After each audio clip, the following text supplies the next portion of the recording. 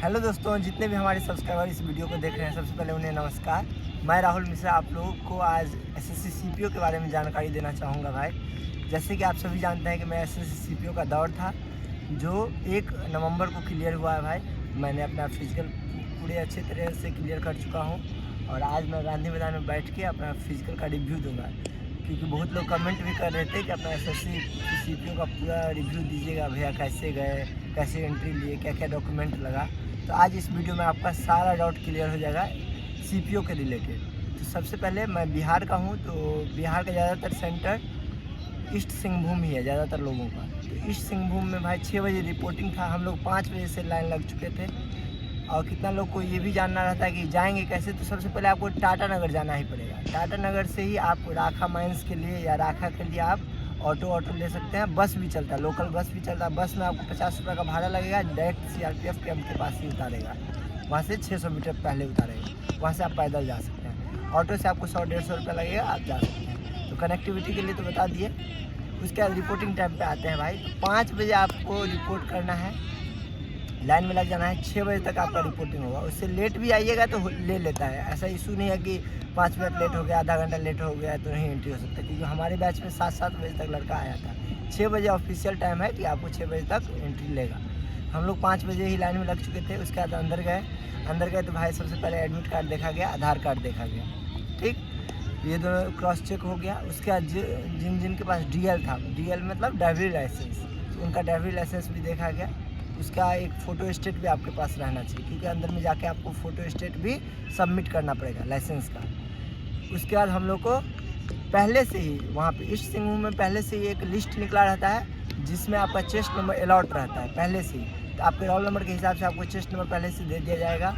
वो chest number पहन के आपको जाना है। तो एक आपको एसी रूम में हॉल में बिठाया जाएगा। एसी हॉल में बिठाने के बाद आपको चेस्ट नंबर 22 बुलाया जाएगा बायोमेट्रिक के लिए, जिसमें आपको अंगूठा का निशान लेगा। वो जब हो जाएगा तो आपको एक फॉर्म देगा। फॉर्म में आपको पूरा फिलअप करके देना है। तो जो फॉर्म में पहले देगा वही बैच उसका पहला बनेगा। तो आप लोग ये जो सोचते रहते हैं कि हम पहले जाएंगे तो हमारा बैच पहले बनेगा, उससे नहीं मतलब है। पहले जाइए बाद में, उससे मतलब नहीं है। चेस्ट में आपका 249 मान लीजिए दे दिया, तो 249 का फॉर्म भरने का टाइम भी थोड़ा लेट से ही आएगा। ये नहीं है, क्योंकि फॉर्म भरने का टाइम धीरे धीरे आता है, क्योंकि सबका बायोमेट्रिक होते रहता है। फिर बायोमेट्रिक आपका क्लियर हो जाएगा, फिर आपके हाथ में फॉर्म दिया जाएगा। तो अब मान लीजिए 1 नंबर चेस्ट का पहले बायोमेट्रिक हुआ, तो फॉर्म भी 1 नंबर को ही पहले मिलेगा। 2 नंबर को बाद में हुआ तो 2 नंबर को बाद में मिलेगा। तो समझ गए ना। यदि आपका 300 चेस्ट नंबर है तो आपको 3rd 4th बैच ही मिलेगा, ये कन्फर्म रहिए। हाँ, जैसे मेरा 102 था चेस्ट नंबर 102, तो हमारा फर्स्ट बैच में ही था, क्योंकि हमारे में बहुत सारा लड़का अब्सेंट था, क्योंकि चेस्ट में पहले से अलॉट है। मान लीजिए 78 अब्सेंट है, 65 अब्सेंट है, 52 अब्सेंट है, तो अब्सेंट है। तो इसीलिए आप लोग को हरवाना नहीं है भाई। यदि आपका दौर बना हुआ है तो किसी भी बैच में दौड़ा है आप दौड़ लीजिएगा। नहीं बना है तो पहला बैच में भी फेल हुआ है, हमारे बैच में भी फेल हुआ है। ये मत सोचिएगा कि हाँ पहला बैच में मिलेगा तो दौड़ क्लियर हो जाएगा, दूसरा में मिलेगा तो नहीं होगा। यदि आपका दौड़ बना है तो आपको क्लियर हो जाएगा, नहीं बना है तो नहीं होगा, सिंपल बात है। रही बात दौड़ में भाई कमांडेंट कैसा है, तो कमांडेंट भाई सबसे बेस्ट लगा। अभी तक मैंने जितने भी दौड़ में गया है उसमें सबसे बेस्ट हमको यहीं का कमांडेंट लगा भाई। बहुत सपोर्टिव है। सबसे पहले एक नारियल तोड़ा जाएगा दौड़ने से पहले, कमांडेंट सबके सर पे छिड़क देंगे उसको। उसके आपको खूब मोटिवेट करेंगे कि भाई दौड़िए। इतना तक सपोर्ट करते हैं कमांडेंट कि भाई आपको 5 सेकंड लेट रहिएगा, आप अपना एफर्ट लगा रहे हैं तो आपको ले लिया जाएगा। समय ख़त्म होने के बाद हमारे बैच में 6:40 तक बच्चा को लिया गया था। इतना तक है, कैमरा चालू रहने पे भी। तो आप पूरे सब दौड़ते रहिए भाई, मेहनत से दौड़िएगा, अपना बेस्ट दीजिएगा, आप सभी का सिलेक्शन हो जाएगा जितने भी इस वीडियो को देख रहे हैं। उसका दौड़ आपका हो जाएगा भाई। चारों का हम 4-5 बैच बना था मेरे में। 145 प्रेजेंट थे, 300 का अटेंडेंस था, जिसमें 145 प्रेजेंट थे। जब 5 दौड़ लिया गया उसके बाद हम लोग को 100 मीटर का रेस हुआ। 100 मीटर का रेस जब हुआ तो 100 मीटर का रेस में कोई बच्चा फेल नहीं हुआ, और 145 बच्चा में 42 बच्चा फेल हो गया। मतलब 103 बच्चा पास हुआ रेस 1600 मीटर, और 100 मीटर में कोई फेल नहीं हुआ। फिर हम लोग को सबको 103 बच्चा को लेके गया लॉन्ग जंप, हाई जंप और शॉर्ट पुट के लिए। तो long jump, high jump, short put में सबसे पहले लॉन्ग जंप हुआ। तो लॉन्ग जंप पे हम लोग में कोई फेल नहीं हुआ भाई।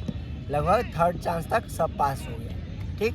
उसके बाद हाई जंप में हम लोग में 11 फेल हुआ, तो 103 माइनस 11 92, तो 92 बचा हाई जंप में। उसके बाद शॉर्ट पुट में कोई फेल नहीं हुआ, शॉर्ट पुट में लगभग सब पास हो गया, तो 92 बचा। हम लोग को फिर लेके आया गया, एक बड़ा सा हॉल था, एसी चल रहा था भाई, चेयर वेयर पे बैठना है, कांस्टेबल जैसे नहीं कि नीचे में आपको बिठा दिया जाएगा, आपको फुल ट्रीटमेंट मिलेगा, एसआई वाला फुल ट्रीटमेंट मिलेगा, इसलिए आप लोग को अच्छा भी लगेगा, चिंता नहीं करना है भाई। फिर उसके बाद आपका PST होगा, फिजिकल स्टैंडर्ड टेस्ट, जिसमें आपका हाइट चेस्ट मापा जाएगा। तो हम लोग में जितने को हाइट चेस्ट मापा गया था उसमें से 9 को डॉट में रखा गया था। फिर कमांडेंट सर उसको मापे, जिसमें 7 को फिट कर दिए, 2 सिर्फ हाइट में छटा, ये हो गया 92 में से 2, मतलब 90 बच्चा 145 में से 90 जो है ऑलमोस्ट लास्टली सेलेक्ट हो गए।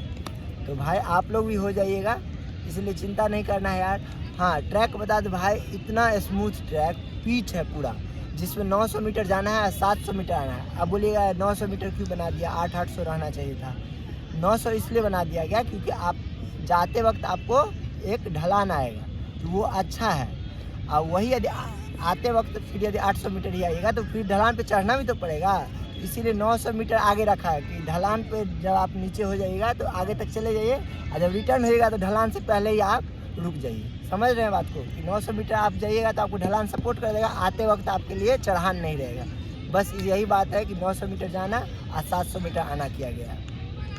आपको बीच बीच में पट्टी पे ये भी लिखा रहेगा कि 600 मीटर हो गया, फिर 900 मीटर हो गया, तो इसलिए आपको टेंशन लेने का ज़रूरत नहीं है। जब आपका 1600 मीटर का टाइमिंग हो जाएगा 6 मिनट, तो आपको रेड फ्लैग दिखाते रहेगा 30 सेकंड तक। 6:30 हो जाएगा तो रेड फ्लैग दिखाना बंद हो जाएगा, इसका अंदर आपका टाइमिंग समाप्त हो गया। 6 मिनट के बाद आपका रेड फ्लैग शुरू हो जाएगा, तो आप समझ जाइएगा रेड जोन में है, आपको जल्दी से जल्दी कंप्लीट करना है। 100 मीटर रहेगा तो आप स्प्रिंट मारने का कोशिश करिएगा अपना, ठीक है भाइयों। और भी जो भी आपको डाउट है आप इस वीडियो में कमेंट कर दीजिए, हम आपको पूरी जानकारी दे देंगे। हमारा तो भाई हो गया, हम दुआ करते हैं कि आप लोग का भी हो जाए, ठीक है। जय हिंद।